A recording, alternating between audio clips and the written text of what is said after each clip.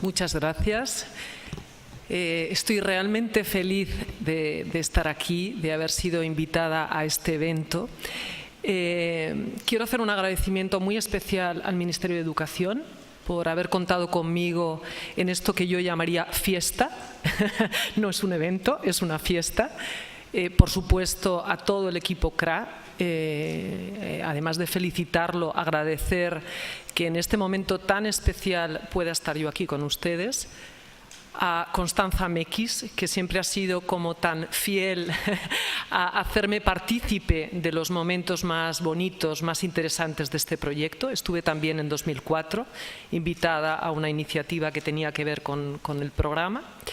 Y, por supuesto, a la Organización de Estados Iberoamericanos, que también ha hecho posible muchas de las colaboraciones que he tenido con el país y también mi presencia en esta jornada.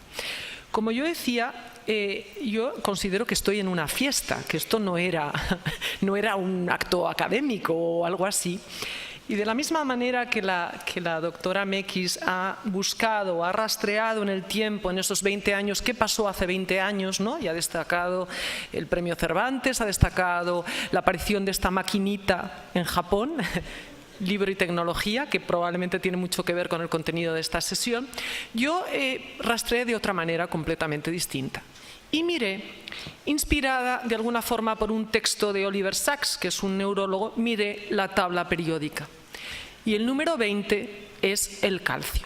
Oliver Sacks, cuando cumplió, justo antes de cumplir 90 años, escribió un texto en el que yo he destacado este punto, donde declaraba que cuando conoció la tabla periódica, los números atómicos, a partir de los 11 años empezó a contar su edad en relación con el elemento de la tabla periódica. Así es que hoy somos la edad del calcio. Él se refería a sus 11 años como el sodio y a los 79, el momento en el que estaba escribiendo ese texto, como la edad del oro, como acceso a la edad del mercurio, que era los 80. Y me preocupé un poco por buscar qué significaba el calcio. El calcio está como un elemento del concreto, del cemento, lo cual da idea de la solidez del proyecto en el cual estamos implicados. Pero miré también cómo otros artistas habían, sobre todo en el mundo artístico, cómo habían interpretado este elemento. Y encontré una preciosa tabla periódica de Eugenia Balcells, es una artista que también la doctora Mequis conoce, en la que esta artista representaba la reacción en el espectrógrafo, es decir, la luz que emiten los distintos elementos de la tabla periódica. Y el calcio emite algo parecido a la imagen que pueden ver ustedes. Así es que Bibliotecas Escolares CRA, hoy, 20 años, es también luz, emite luz. Pero seguí buscando. Dije, yo no me quedaba todavía del todo conforme con esta idea, con esta metáfora. Y hay un artista sudafricano, también se ha citado Sudáfrica en el repaso de los acontecimientos de doña Constanza, y ven ustedes esta tabla periódica en la que están representados una serie de dibujos. Si pudiéramos acercarnos, se vería que son dibujos en evolución. Es decir, empieza este artista, se llama William Kentridge, hace una tabla periódica, digamos, sui generis, empieza con una cafetera, esa cafetera se transforma en un cuerpo, ese cuerpo en el número 20 se empieza a transformar en un árbol. De hecho, el primer elemento, lo marco aquí, de esa transformación, estos son gatos, que olvidé citar, y el número 20 es exactamente una transformación que abre una serie de árboles. Y esta metáfora todavía me gustaba más, es decir, van a echar raíces, más aún de lo que ya lo han hecho hasta ahora. Y nos quedan bastantes, como ven ustedes, bastantes evoluciones. Luego tendríamos tiempo en el café a ver qué hay detrás de esos árboles. Una profesora, en una sesión semejante a la que estamos aquí, pero con intercambio de experiencias, contaba su experiencia, hablaba de su biblioteca hace poco más de un año, hablaba de su biblioteca como un espacio en conflicto. Yo creo efectivamente que estamos en un momento de fuerte debate sobre las bibliotecas y sobre las bibliotecas escolares de manera específica, en un fuerte debate que de alguna manera hace visible la tensión a que hoy, de alguna forma, está sometida la biblioteca escolar. La tensión que no solo tiene que ver con lo impreso y digital, sino con otros muchos elementos que tienen que ver con la centralización y la distribución, que tienen que ver con el interior, la cultura del interior de la escuela y la cultura del exterior de la escuela, donde, digamos, la presencia de estos polos se hace muy evidente en esa tensión. Y yo propongo como elemento de reflexión para la sesión de hoy, en esta edad del calcio, en transición hacia algo, hacia esas raíces, propongo precisamente preguntarnos por cosas. Y me gusta siempre llamar la atención sobre elementos que parecen un poco divergentes, ¿no? que parecen como paradojas. Hay un escritor norteamericano en una revista muy conocida que se llama Library Journal, que justo hace un año, en septiembre del año pasado, publicó un artículo muy provocador, bajo el título de "Las startups están tomando el trabajo de las bibliotecas, están supliendo el trabajo de las bibliotecas". Y en este artículo indica que cuando está pensando en esto, no solo está pensando en dos elementos muy claros de la biblioteca escolar, como pueda ser búsquedas y como pueda ser referencia. Hoy tenemos dos excelentes servicios, no citaré nombres, dos excelentes servicios que fueron funciones reconocidas intrínsecamente a las bibliotecas, que fueron muy importantes en las bibliotecas, que hoy están dadas por dos servicios electrónicos. Pero él dice, no me estoy refiriendo a eso, me estoy refiriendo específicamente a comunidades de lectores y escritores que hoy tenemos en la web. Cito la comunidad más grande de lectores, Goodreads, y una de las comunidades más grandes de escritores, que es Wattpad, una de origen norteamericano, otra de origen canadiense. Bueno, hoy están pasando cosas en comunidades de lectores y escritores reguladas al margen de la institución escolar y al margen de las bibliotecas y de las bibliotecas escolares.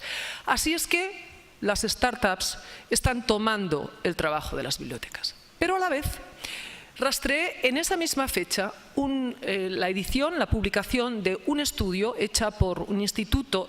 Voy a dejar la presentación y quedan todas las referencias a mano. El Pew Internet Research es un instituto norteamericano con una muestra representativa de la población norteamericana. Sé que estamos hablando de Norteamérica, soy perfectamente consciente, y de las distancias, tanto en planteamiento del sistema educativo como del sistema bibliotecario.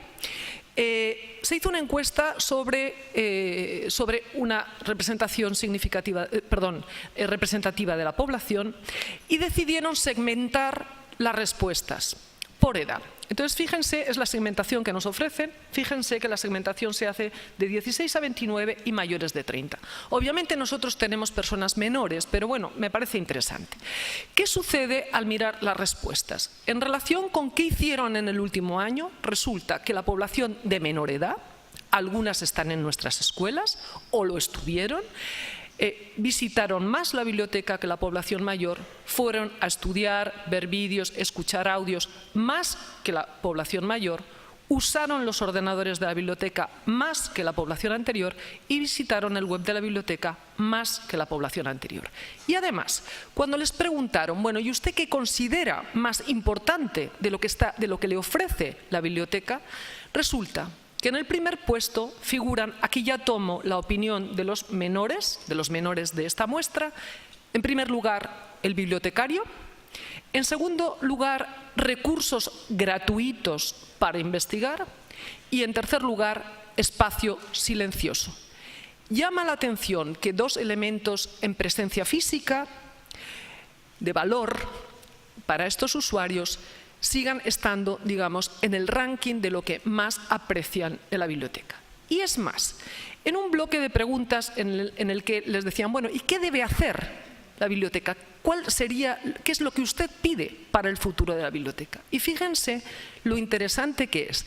En primer lugar, en sus respuestas en este rango de población, lo que indican es coordinarse con las escuelas. El sistema de lectura público coordinado con las escuelas. Pero lo que llama la atención es la distancia que hay entre esta respuesta y la respuesta en la que solicitan una sección de libros electrónicos. Es decir, consideran muy importante esa coordinación para ofrecer servicio. Yo, como objeto de reflexión en la sesión de hoy, he decidido partir de los tres elementos que considero que son centrales en el programa de bibliotecas escolares CRA. El primero es información y conocimiento en el conjunto del currículo escolar. El segundo son comunidades de lectores y escritores, en toda esta vertiente también que citaba doña Constanza, de lectura por placer. Y en último lugar, la cultura de la participación y los puentes con la comunidad. No me va a dar tiempo a hablar de todos, pero sí he hecho un ejercicio en los dos primeros por seleccionar algunos datos que en esta misma dirección de lo que les estoy planteando, en esta misma dirección de ofrecer, digamos, puntos o aparentes paradojas para la reflexión de lo que viene para el futuro, para nuestro futuro profesional, he seleccionado algunos trabajos que me parece que tienen un especial interés. Y todos ellos comparten una característica. Ninguno de ellos se ha hecho en el contexto escolar. Es decir, están aludiendo a entornos de aprendizaje informal donde están presentes buena parte, no todos, de nuestros lectores y escritores, pero todos ellos aluden a contenidos, experiencias que tiene que proporcionar el contexto escolar. Entonces, como ayuda para reflexionar, me sitúo un poco fuera para dar pistas sobre el dentro. Me centraré en el primero, en información y conocimiento. Y específicamente me voy a centrar en algo que también se ha citado en la primera intervención, que tiene que ver con todas las habilidades, estrategias, competencias en el manejo de la información. En concreto parto de una declaración, esto es una investigación hecha por David White, que les sonará seguro porque adoptó una posición crítica con la clasificación de Prensky de nativos e inmigrantes digitales y propuso una visión alternativa en la que habla de visitantes y residentes en la web. No tengo oportunidad de tiempo para expresarla, pero es un investigador interesante. Hizo una investigación que luego veremos algún dato de carácter longitudinal y uno de sus casos analizados hizo esta afirmación. Sabía que Internet no me iba a dar una respuesta falsa. Vamos a explorar desde algunos puntos de vista, digamos, esta afirmación.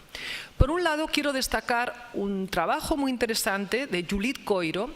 Es una investigadora que se ha ocupado de manera específica en procesos que tienen que ver con abordar la lectura del texto digital, llamando la atención sobre la diferencia que existe entre la lectura del texto impreso y abordar el texto hipervinculado, el texto multimodal, destacando sobre todo que no podemos esperar que la mera transferencia de habilidades en el texto impreso puedan realmente permitirnos abordar de manera competente la lectura del texto digital.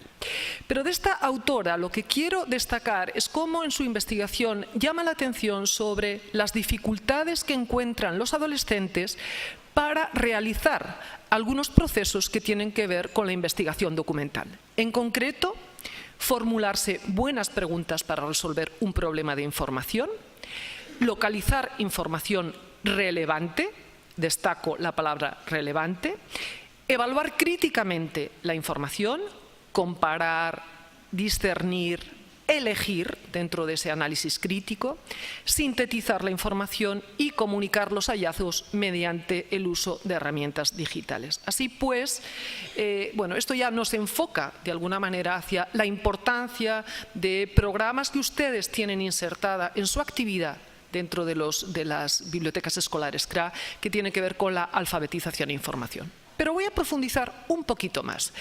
Hay este investigador que les decía, David White, está en este momento llevando a cabo una investigación de tipo longitudinal. Longitudinal significa que tomamos unos casos, es un estudio cualitativo en profundidad, tomamos unos casos, en esta investigación se han tomado casos de Estados Unidos y casos de Inglaterra, son dos países en colaboración, tomamos unos casos y esos casos los seguimos durante un tiempo determinado. Así es que nosotros tenemos la primera toma de datos de estos casos, que es justo cuando terminan la secundaria, es decir, justo cuando terminan el periodo de escolaridad obligatoria en nuestras instituciones educativas. Y fíjense lo que indican los estudiantes. Por un lado, siempre, en todos los casos, usan Google y Wikipedia, aceptan en general la primera opción en un proceso de búsqueda, aunque sepan que pueden existir otras fuentes que incluso puedan ser mejores, libros, una voz experta, la familia, usan Google y Wikipedia, y ahí lo destaco por comodidad. Y lo dejo muy abierto. La comodidad puede explicar buena parte de este criterio de selección casi único. Indico la frase que les decía antes. Es interesante que cuando entregan un trabajo, lo que indican estos estudiantes es que citan las referencias de la Wikipedia, es decir, lo que aparece en la última parte del artículo de la Wikipedia, pero no el artículo de la Wikipedia en sí, por miedo, entrecomillado, al ridículo entre sus compañeros y sus tutores. Son ideas que dejo abiertas para la audiencia, como para pensar, como para reflexionar, y solo, este es el punto que me interesa destacar, solo el 16% hace una verificación de esa información. Es decir, una parte muy pequeña que no llega ni siquiera a un quinto.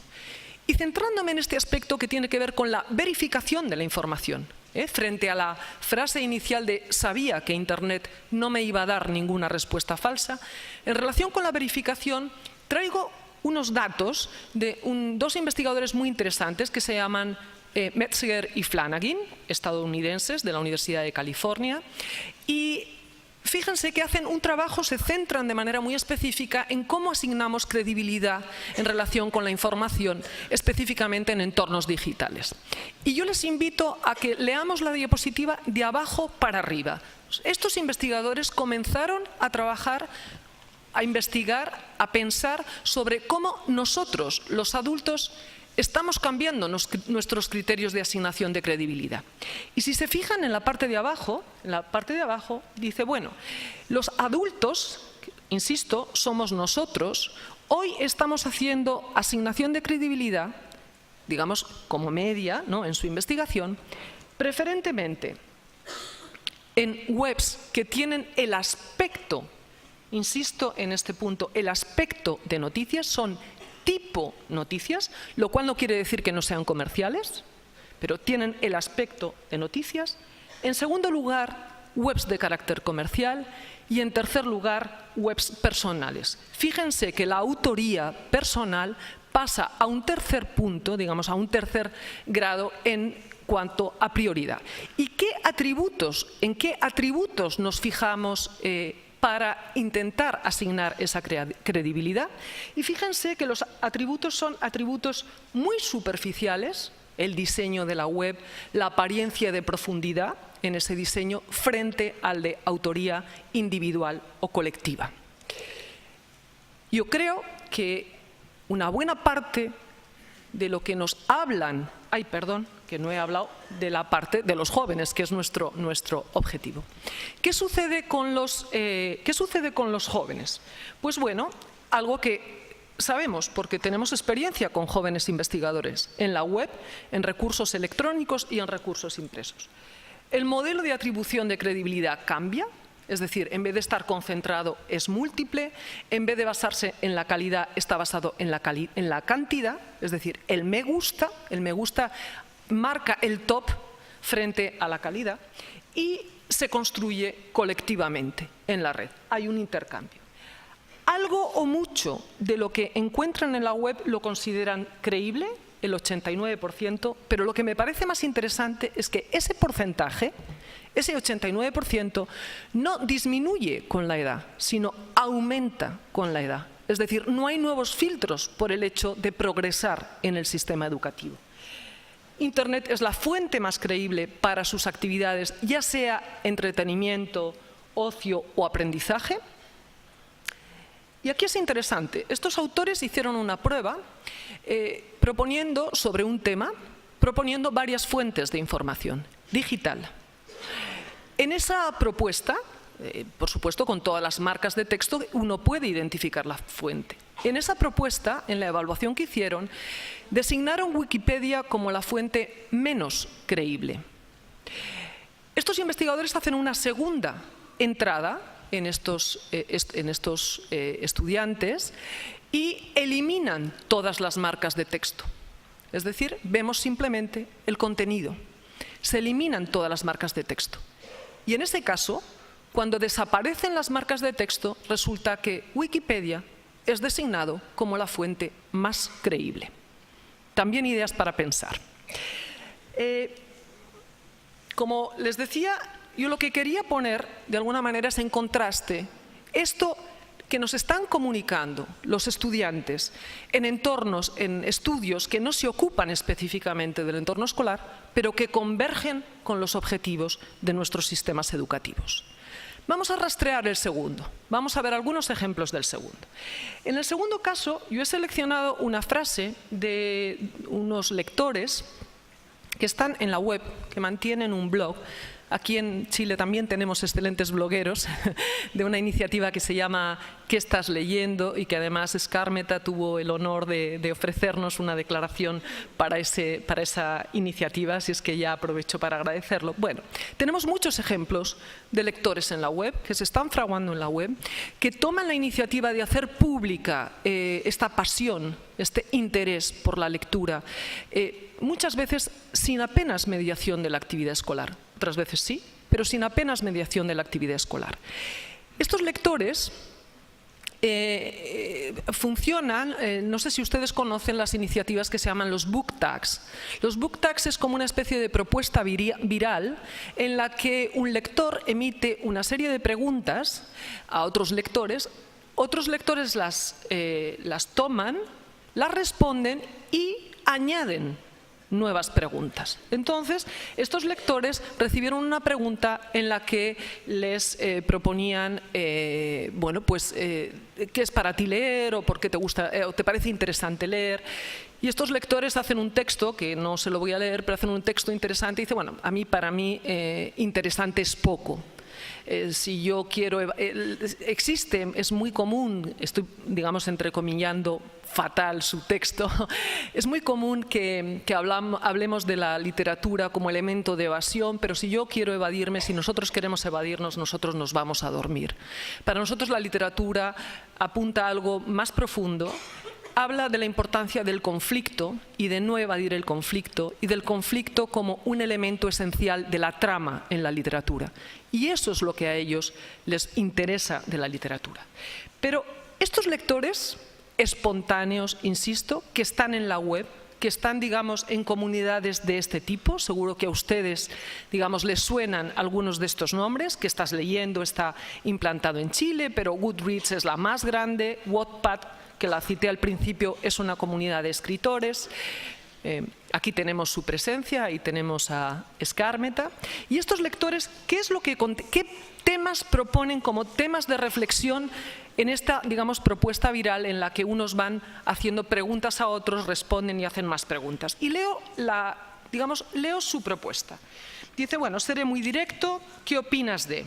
¿Qué opinas de los bestsellers, los ebooks, las precuelas, los spin-off, el spoiler, las novelas anónimas, las novelas coescritas, los escritores que contratan a terceros para que escriban en su lugar, la piratería en Internet, el plagio y la censura? Creo que esta lista da idea de una cierta sofisticación, una cierta formación de estos lectores que están presentes, que están interactuando entre sí y que están construyendo una identidad en la web. Estos entornos de lectura y de escritura, algunos autores los han denominado como espacios de afinidad, donde se comparten unos intereses comunes, donde todos los miembros son generadores, creadores de contenido, donde los participantes en esa comunidad sienten conexión social, es decir, les interesa lo que otros opinan sobre lo que ellos son capaces de aportar, donde hay un conocimiento individual que ostentan, digamos, de manera personal cada uno de estos miembros, y a su vez hay un conocimiento distribuido. La suma de ese conocimiento individual produce algo sustancialmente nuevo en estas comunidades, donde hay un conocimiento tácito. Cuando uno se incorpora en estas comunidades, que no es explícito, que tiene que aprender a construir en el contexto de esa comunidad, donde se produce un efecto muy interesante de tutoría informal entre iguales. Los nuevos, que los llaman newbies, son tutorizados por los másters y los nuevos son muy bienvenidos, no son excluidos, donde se está produciendo lo que se llama transhumancia, es decir, están presentes en muchas redes de lectores y escritores a la vez, no es que solamente estén en una y estén, digamos, entrando ahí, sino que están compartiendo su presencia en muchos lugares a la vez, donde tenemos una enorme superabundancia de creación de contenidos noveles en competencia por la atención en la web, con reseñas, con presentaciones, con vídeos creados por ellos. No sé si ustedes conocen el BookTube, el canal literario de YouTube, que está creado por lectores de las edades de nuestros estudiantes, y donde aparece una figura que me parece importante, y es cómo estas figuras que tienen presencia en la web, que nos recomiendan libros, que hacen crítica de libros, que destacan elementos interesantes en relación con su formación literaria, están apareciendo como nuevos críticos, como nuevos mediadores y como nuevos prescriptores de la lectura. Y de hecho, la comunidad de lectores más grande que en este momento hay en el mundo, que se llama Goodreads, ahí ven la velocidad de crecimiento en los últimos 3 años de 6 millones, que se ve aquí, a 25 millones de miembros en este momento en todas las lenguas, absolutamente en todas las lenguas. Como estas comunidades que inicialmente empezaron, como apuntaba Hellman al principio de mi intervención, como unas startups, están teniendo tal poder desde el punto de vista de la intervención en marcar tendencia y gustos de otros lectores, que aparecen grandes compañías en su continuidad.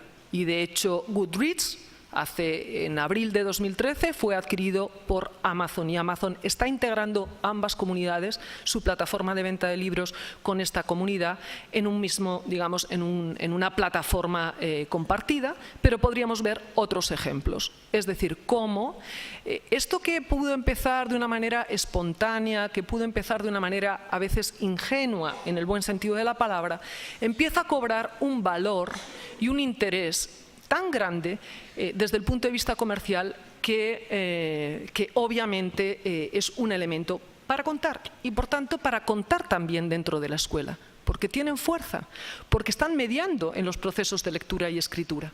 Y creo que esta voz, esta palabra de los lectores es importante desde el punto de vista del sistema escolar. Por eso yo indico ahí abajo movimientos espontáneos, ingenuos a veces por parte de estos lectores, pero extremadamente visibles, porque están absolutamente accesibles desde cualquier lugar. Hoy son interpretables desde los sistemas de información de todos estos grandes, del mundo de la tecnología, no necesariamente del mundo del libro, del mundo de la tecnología. Y de hecho es interesante, hay un artículo interesante que también reseño ahí, cómo incluso nuestros dispositivos de lectura generan mucha información, que esa información también es interesante para nosotros como mediadores y como formadores de lectores. Por ejemplo, ahora en Frankfurt se hizo público un dato que me pareció por lo menos relevante, y es que el 40% de las personas que leemos en soporte digital, en un soporte dedicado o no, o en una tableta, el 40% no terminamos la obra. No llegamos al final de la obra. Luego están generando datos que puede ser interesante interpretar desde nuestros distintos puntos de trabajo. Y otros datos que están generando estas comunidades de lectores y escritores tienen que ver también sobre cómo eligen, o sea, qué rige su criterio a la hora de elegir. Goodreads, como os decía, que es la más grande de todas las comunidades de lectores, de lectura, hizo públicos unos datos hace un poco más de un año, unos datos en una encuesta sobre ese 20 millones de personas que están allí presentes, y me parece a mí que de una manera bastante inteligente hacía 2 preguntas. Una primera es en relación con dos novedades, que en aquel momento eran novedad: Perdida y La noche del circo, que las tenemos en castellano y que forman parte de los puntos de lectura de muchos de nuestros adolescentes, como podemos ver también en estas comunidades. La primera es, les preguntaban, bueno, ¿usted cómo oyó hablar de este libro? ¿Por qué vía oyó hablar de este libro? Y a mí me interesa destacar cómo en ese ranking de respuesta, al margen del distinto comportamiento de una y otra obra, sino más bien me interesa que veamos el patrón de respuesta, cómo la vía por la cual oyeron hablar fundamentalmente fueron personas, una recomendación de un amigo, a continuación redes verticales, redes sociales verticales, la web, pero redes sociales verticales dedicadas a lectura y escritura. A continuación vemos tiendas. En un lugar medio vemos biblioteca. Y en el espacio final, vemos una red social, digamos no vertical, genérica, como puede ser Twitter. Pero lo que me parece interesante de este estudio es que no solo se ocupaba de, bueno, ¿usted cómo se enteró?, sino ¿a usted qué es lo que le convenció para leer esa obra? Y volvemos a ver un patrón de respuesta. En primer lugar, en los tres... ¡Ay, perdón! Bien. En primer lugar, los tres primeros lugares los ocupan personas, ya sea por un amigo, alguien que me habló, y un club de lectura, son personas. Fíjense que el acceso a una muestra del texto está en un lugar intermedio y los datos del libro, lo que hoy llamamos los metadatos del libro, están en último lugar. Y además hice el esfuerzo por rastrear cómo se definen estas comunidades de lectores y escritores. Bueno, ¿qué es lo que hacen estas comunidades de lectores? Y una de ellas, que se llama Bookish, esta comunidad, fíjense, les invito a que leamos los 4 verbos que proponen como misión, como actividad de esa comunidad de lectores y escritores: buscar, descubrir, leer y compartir. Y yo les pregunto, ¿no tiene mucho que ver con lo que hacemos en nuestras bibliotecas escolares CRA, esta actividad? Luego, ¿qué pasa con los espacios? Hemos visto algunos ejemplos de comportamientos en la web, de comportamientos que tienen que ver con el texto informativo, con la información y que tienen que ver con lo literario, con el texto literario. Hemos visto ejemplos que se construyen, por supuesto, con la intervención de la escuela, pero que hoy están complementándose o teniendo una presencia fuera del sistema escolar, en entornos regulados entre iguales, donde se produce esa tutorización que decíamos informal entre peers, que se dice en inglés. ¿Cuál es el valor de los espacios? Y para expresar esta idea, me sirvo de una investigadora también norteamericana de origen japonés que se llama Mitsuko Ito, ha sido muy conocida en estudios de alfabetización en información. Y esta autora, no me da tiempo a explicar su trabajo, pero sí quiero marcar, digamos, el punto de reflexión. Esta autora está ahora muy ocupada en ver lugares, espacios, experiencias favorecedoras de lo que ella denomina el aprendizaje conectado, que no tiene nada que ver con el conectivismo, que es otro asunto del aprendizaje conectado.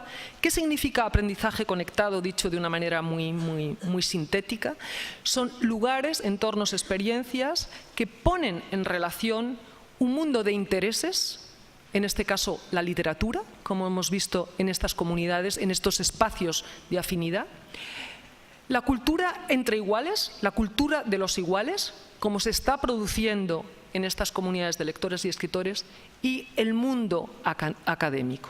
Ese espacio de intersección, como figura aquí, entre estos elementos puede ser tremendamente productivo para la formación en este momento. Y yo, a partir de ahora, quiero decir que en ese lugar de espacio conectado veo a la biblioteca escolar.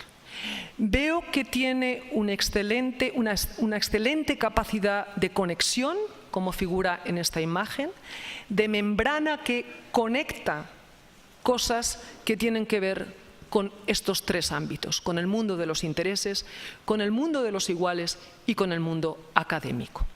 Hay un escritor norteamericano que habló de los terceros lugares y habló de los terceros lugares como espacios que tienen lugar en un terreno neutral. No hay requisitos para poder acceder a ellos, son gratis o son muy baratos.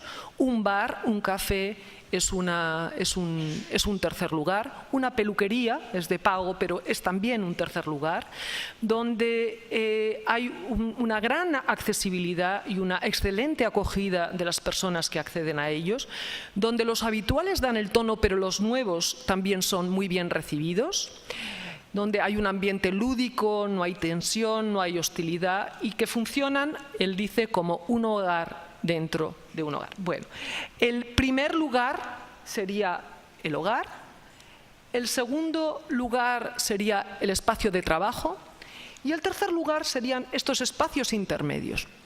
Incluso después de la aparición de este libro de Ray Oldenburg, que es del año 89, se ha pensado que esta idea de los terceros lugares, de alguna manera, explica también las características de estos terceros lugares, explica también el éxito que están teniendo hoy las redes sociales. Yo les invito a leer estas características de estos terceros lugares desde su ámbito de trabajo, desde las bibliotecas escolares CRA. Son lugares de reunión informal, permiten la interacción en la diversidad, ayudan a crear sentido de pertenencia, dan oportunidades para la serendipia, promueven el compañerismo, son socialmente vinculantes, atienden la sociabilidad en lugar del aislamiento, enriquecen la vida pública y la democracia. Yo veo así las bibliotecas escolares CRA. Y para realmente dar sentido, de alguna forma, a lo que planteaba al inicio, a todos estos trabajos que llaman la atención sobre lo que está sucediendo en entornos de aprendizaje informal, creo que ha costado mucho, como ha dicho la doctora Mekis, llegar hasta este punto. Llegar a tener buenos centros de recursos para el aprendizaje con una cobertura del 100%, del 90 y muchísimos por ciento. Allí se ha expresado en un gráfico muy bonito en el que un trocito de un brazo es el único que no está cubierto del total de la población escolar.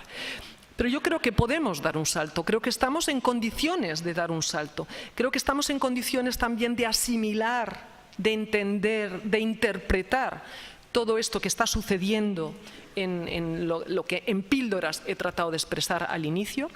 Y creo que podemos empezar a pensar, en vez de poner tanto énfasis en el centro y en los recursos, en lugares donde se va a experimentar, se van a probar cosas nuevas, cosas diferentes. Y por eso hago, digamos, esa interrelación entre el centro de recursos y un taller o laboratorio entendido como un tercer lugar, en el sentido que expresaba.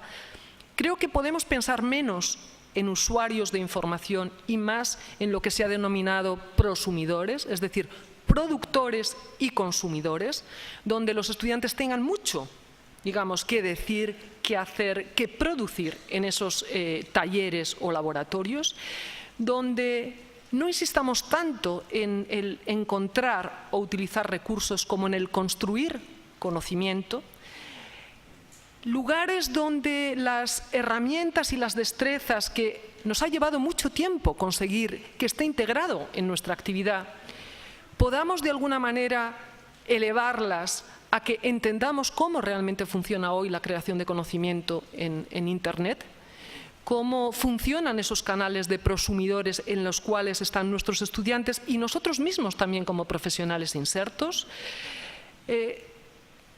Probablemente la colección empiece a entenderse de una manera el acervo, empiece a entenderse de una manera mucho más amplia, donde nos vamos a encontrar con contenido de características muy distintas, con contenido en el que hay creadores de contenido, en el que hay agregadores de contenido. Ustedes utilizan muchas herramientas de agregación, perfecto, y en el que hay curadores de contenido, que no tendré oportunidad de, porque me avisan del tiempo y voy a ser rigurosa, y donde estos espacios ponen el énfasis en la comunidad, en crear una comunidad de aprendizaje, una comunidad de experimentación. Yo creo que la institución escolar tiene un fuerte compromiso con las brechas. Es cierto que los ejemplos que hemos visto son estudiantes, están en el sistema educativo, son capaces de hacer lo que hemos visto en sus experiencias y la manera de compartir su experiencia literaria, pero hay tres asuntos que el sistema escolar tiene que atender porque es el único capaz de asegurar.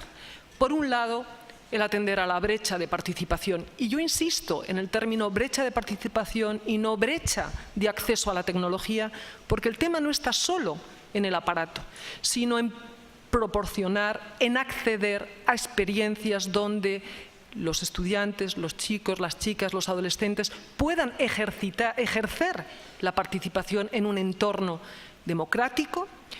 El problema de la transparencia, yo lo he mencionado simplemente para que quede dicho en el auditorio. O sea, yo creo que hay que entender estos mecanismos y estas formas en las que los medios están configurando las percepciones de los estudiantes. Y también hay un reto ético donde privacidad, visibilidad son elementos que están hoy muy presentes y la escuela tiene mucho que hacer ahí. Y simplemente cierro con unas pegatinas, no sé cómo lo llaman, stickers, no sé cómo lo llaman ustedes, unas pegatinas que aparecieron en la Feria de Frankfurt de justo hace un año, del año 2013. Y había en Frankfurt hay muchas conferencias profesionales, es un foro profesional, este es un foro profesional, y había una invitación a la entrada del foro profesional de utilizar estos stickers. Fíjense que los stickers, y cada uno podía identificarse con los que quisiera. Estos stickers dicen: ayudo a que los libros encuentren hogares. Nosotros ayudamos a que los libros encuentren hogares, creo. Soy un empresario de la edición. Bueno, en las escuelas también se está editando, se está produciendo también edición. Construyo libros, también puede ser. Unos podrían elegir unos, otros, depende del rol que hayan asumido. Y por último, soy un mago de los números y se refiere a todo el mundo digital. ¿Cuál fue el resultado de esta invitación? Pues veíamos a los profesionales circular por allí con varios stickers. Y yo creo que esto invita a una doble reflexión que tiene que ver con nuestra función. Por un lado, creo que no vamos a ir hacia un mundo de superespecialización, sino vamos a ir a un mundo en el que vamos a tener que ejercer muchas funciones y aprender mucho para el ejercicio de esas distintas funciones. Luego tendríamos que ser capaces de ponernos varios stickers. Pero por otro lado, si miramos al color, si elegimos, por ejemplo, el morado o el rosa, el que aparece aquí, se nos igualan, resulta que hay muchos profesionales distintos que llevan también ese mismo sticker. Es decir, que vamos a tener que trabajar con otros, vamos a tener que compartir nuestra actividad profesional con otros muchos profesionales para poder ejercer esa función. Esta es una invitación, y es una invitación para que pasemos de la edad del calcio, es en la que estábamos, la edad del calcio, según nos había sugerido Oliver Sacks, a la edad del número 21 de la tabla periódica, que es el escandio. Sinceramente, yo no había oído hablar del escandio, pero está muy bien que uno tenga que venir a fiestas como esta para poder aprender. El escandio es un metal de transición, es el primer metal de transición. Abandonamos el calcio y entramos en un metal de transición que tiene las siguientes características. Es blando, es ligero, es muy resistente, incluso al ácido nítrico, y sobre todo es un elemento que es muy abundante en el Sol y en estrellas similares. Bueno, pues yo les invito a que pasemos a la edad del escandio. Creo que tienen todas las condiciones para asumir esta función y para echar raíces, como decía William Kentridge en su imagen del árbol. Muchísimas gracias por esta invitación.